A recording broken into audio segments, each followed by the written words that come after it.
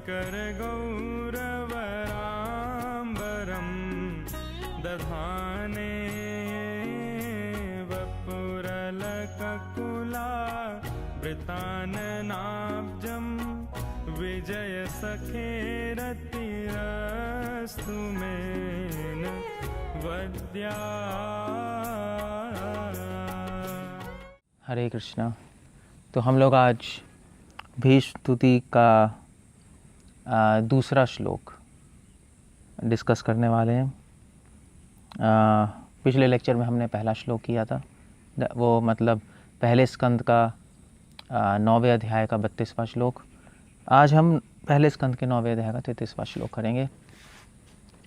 और भीष्म पितामह यहाँ पर भगवान की स्तुति करते हुए यहाँ पर अब इस श्लोक में भगवान के रूप पे ध्यान कर रहे हैं।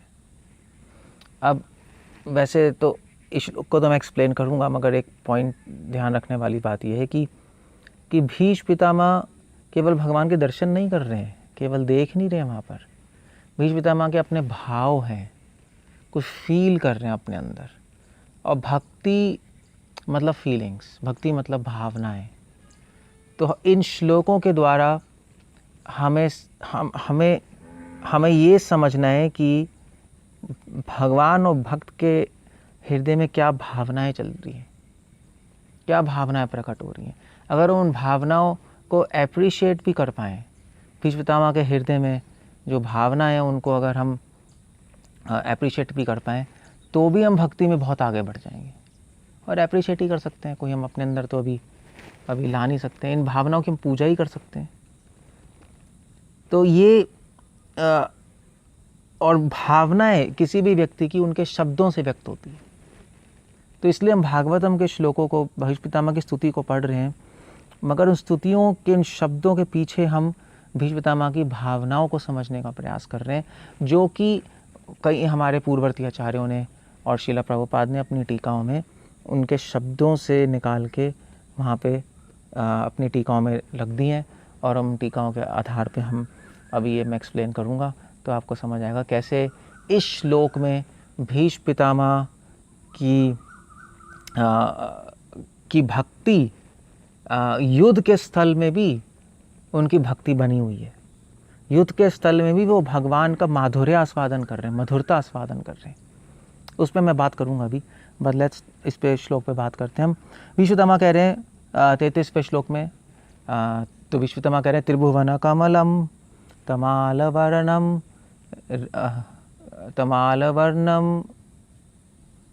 रविकर गौरव अम्बरम दधाने वपुरलककुलावृताननाब्जं विजय सखे रतिरस्तु में अनवद्या।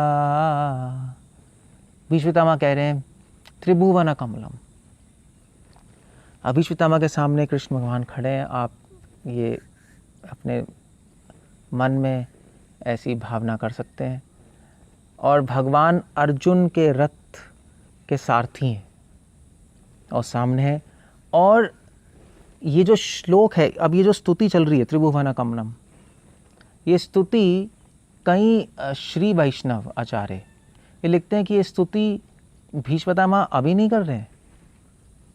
अभी भगवान तो सामने खड़े हैं, अभी तो चलो भीष्म पितामह शैया पे लेटे हुए हैं तीरों की, भगवान सामने खड़े हैं और भीष्म पितामह स्तुति अर्पण कर रहे हैं। मगर कई वैष्णव आचार्य लिखते हैं कि ये स्तुति भीष्म पितामह ने उस वक्त की थी जब भगवान अपने रथ का चक्र लेकर भीष्म पितामह को मारने भाग रहे थे। उस वक्त भीष्म पितामह ने अपने हृदय से स्तुति की थी, उस शब्दों में व्यक्त नहीं किया था, अपने मन में ही स्तुति की थी। आज वो स्तुति भगवान के सामने उनको अर्पण करने का समय आ गया। भीष्म पितामह वही स्तुति अर्पण कर रहे हैं। इनफैक्ट ये अहोबलम मठ में एक JR हैं, JR मतलब वहाँ के जो मठाधीश हैं, आई थिंक 32nd और 33rd मठाधीश, वो रोज़ भगवान को ये भी स्तुति अर्पण करते थे। क्योंकि भीष्म पितामह ने ये स्तुति युद्ध के स्थल में ही, जब भगवान भीष्म पितामह की तरफ चक्र लेके रथ का पहिया चक्र के रूप में लेके भाग के आ रहे हैं और भीष्म पितामह को मारने आ रहे हैं, क्योंकि उस टाइम की थी। इसलिए जब भीष्म पितामह अब ये दोबारा स्तुति भगवान को अर्पण कर रहे हैं उनके समक्ष, तो उसी भाव में चले गए। ये ध्यान करने वाली बात है बस। तो भीष्म पितामह कह रहे हैं त्रिभुवन कमनम। भीष्म पितामह कह रहे हैं कि हे भगवान, आप उनके रूप माधुर्य पे ध्यान कर रहे हैं कि हे कृष्णा, त्रिभुवन, त्रिभुवन मतलब तीनों लोकों में, स्वर्ग, पृथ्वी, उससे नीचे अतल, वितल, सुतल, धरातल, रसातल, और त्रिभुवन का मतलब है आध्यात्मिक जगत में भी। त्रिभुवन, त्रिपाद विभूति, सब जगह। कमनम, कमनम मतलब इच्छित। भगवान के रूप से कौन आकर्षित नहीं होगा, भीष्म पितामह कह रहे हैं। इस शब्द में भी, क्योंकि भीष्म पितामह टीचर हैं, ध्यान रखने वाली बात है, वो महाजन भी हैं, तो वो अपनी स्तुति के द्वारा शिक्षा भी दे रहे हैं। और इस शब्द से भीष्म पितामह कह रहे हैं कि भक्त की भक्ति शास्त्रों पे आधारित नहीं होती। भक्त का आकर्षण शास्त्रों के श्लोकों पे आधारित नहीं होता। जैसे हमारे साथ है भी, हम कुछ श्लोक पढ़ते हैं तो हमारा आकर्षण होता है भगवान से। जब हम कहीं श्लोक पढ़ते हैं भागवत के या ब्रह्म संहिता के, उसमें सौंदर्य पढ़ते हैं तो आकर्षण होता है, नहीं पढ़ते तो नहीं होता, खत्म हो जाता है। मैं कभी श्रुता में कह रहे हैं त्रिभुवन कमनम। भगवान जब थे तो जिसने शास्त्र पढ़े थे, जिसने शास्त्र नहीं भी पढ़े थे, सब भगवान के रूप माधुरी से आकर्षित हो रहे थे। देवी देवता, मनुष्यगण, बल्कि असुर भी, कालिया भी भगवान कृष्ण के रूप से आकर्षित हो गया एक बार तो। त्रिभुवन कमनम। और ये रूप कैसा है ये? तमाल वर्णम। मगर तमाल वर्णम पे आने से पहले मैं बताना चाहूँगा कि त्रिभुवन कमनम कह के भीष्म पितामह ने बताया कि भगवान की असली भक्ति तो राग पे आधारित होती है। राग पे स्वतः भक्त का मन भगवान के रूप से आकर्षित होता है स्वतः। शास्त्रों के श्लोक, शास्त्रों की स्तुतियाँ तो उसके आकर्षण को और बढ़ा देती है, मगर वो आकर्षण सदैव बना रहता है। जैसे एक लड़के का लड़की की तरफ आकर्षण सदैव बना रहता है। हाँ, लड़की को देखकर और बढ़ जाता है, वो बात अलग है, मगर वो तो है ही अंदर। तो भीष्म पितामह ऐसी भक्ति की बात कर रहे हैं, निरंतर प्रभामयी भक्ति की बात कर रहे हैं। असली भक्ति तो प्रभामयी होती है, असली भक्ति तो राग भक्ति है। अभी विधि विधान में और शास्त्रों को पढ़ के जो हम भक्ति कर रहे हैं उसको इसलिए साधना भक्ति कह रहे हैं। तो वो कह रहे हैं त्रिभुवन कमनम तमाल वर्णम। ये रूप कैसा है? तमाल वर्णम। तो भगवान का रूप तमाल वृक्ष की तरह। तमाल क्या मतलब? ब्लूइश ब्लैक, श्याम रूप, घन श्याम, इस तरह से हम कहते हैं तमाल वर्णम। भीष्म पितामह महाजन है, तो भीष्म पितामह को ये भी पता है कि गोपियाँ सबसे बड़ी भक्त हैं, और गोपियों को भगवान की सुंदरता में क्या अच्छा लगता है? तमाल वर्ण। तो तमाल वर्ण कह के भीष्म पितामह एक्चुअली ये बता रहे हैं कि वो युद्ध क्षेत्र में भी भगवान का माधुर्य आस्वादन कर रहे हैं। अभी तो लड़ रहे हैं, मगर लड़ते लड़ते भी भगवान से तो वीर रस में है, मगर लड़ते लड़ते भी भगवान के माधुर्य की तरफ उनका मन जा रहा है। या दूसरे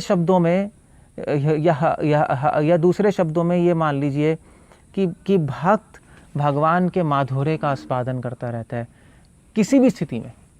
इस स्थिति में भी जब युद्ध हो रहा है, क्यों?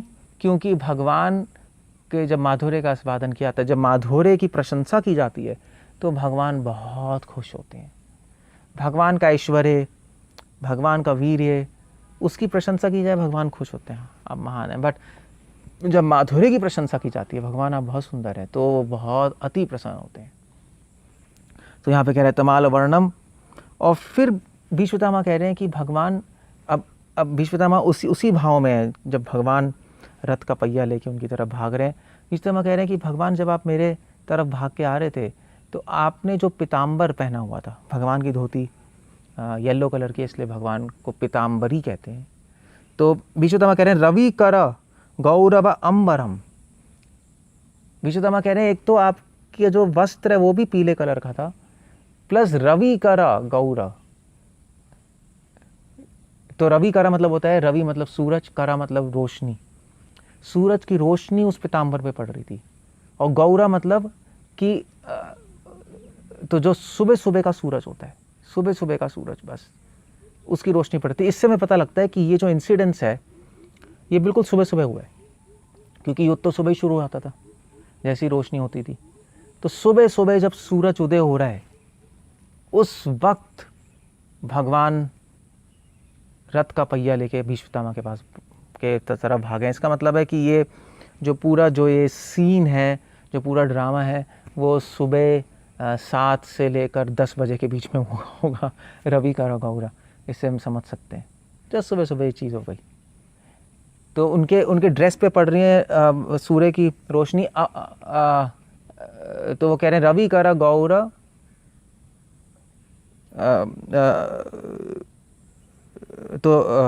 हाँ, तो रवि कर गौरव व अंबरम।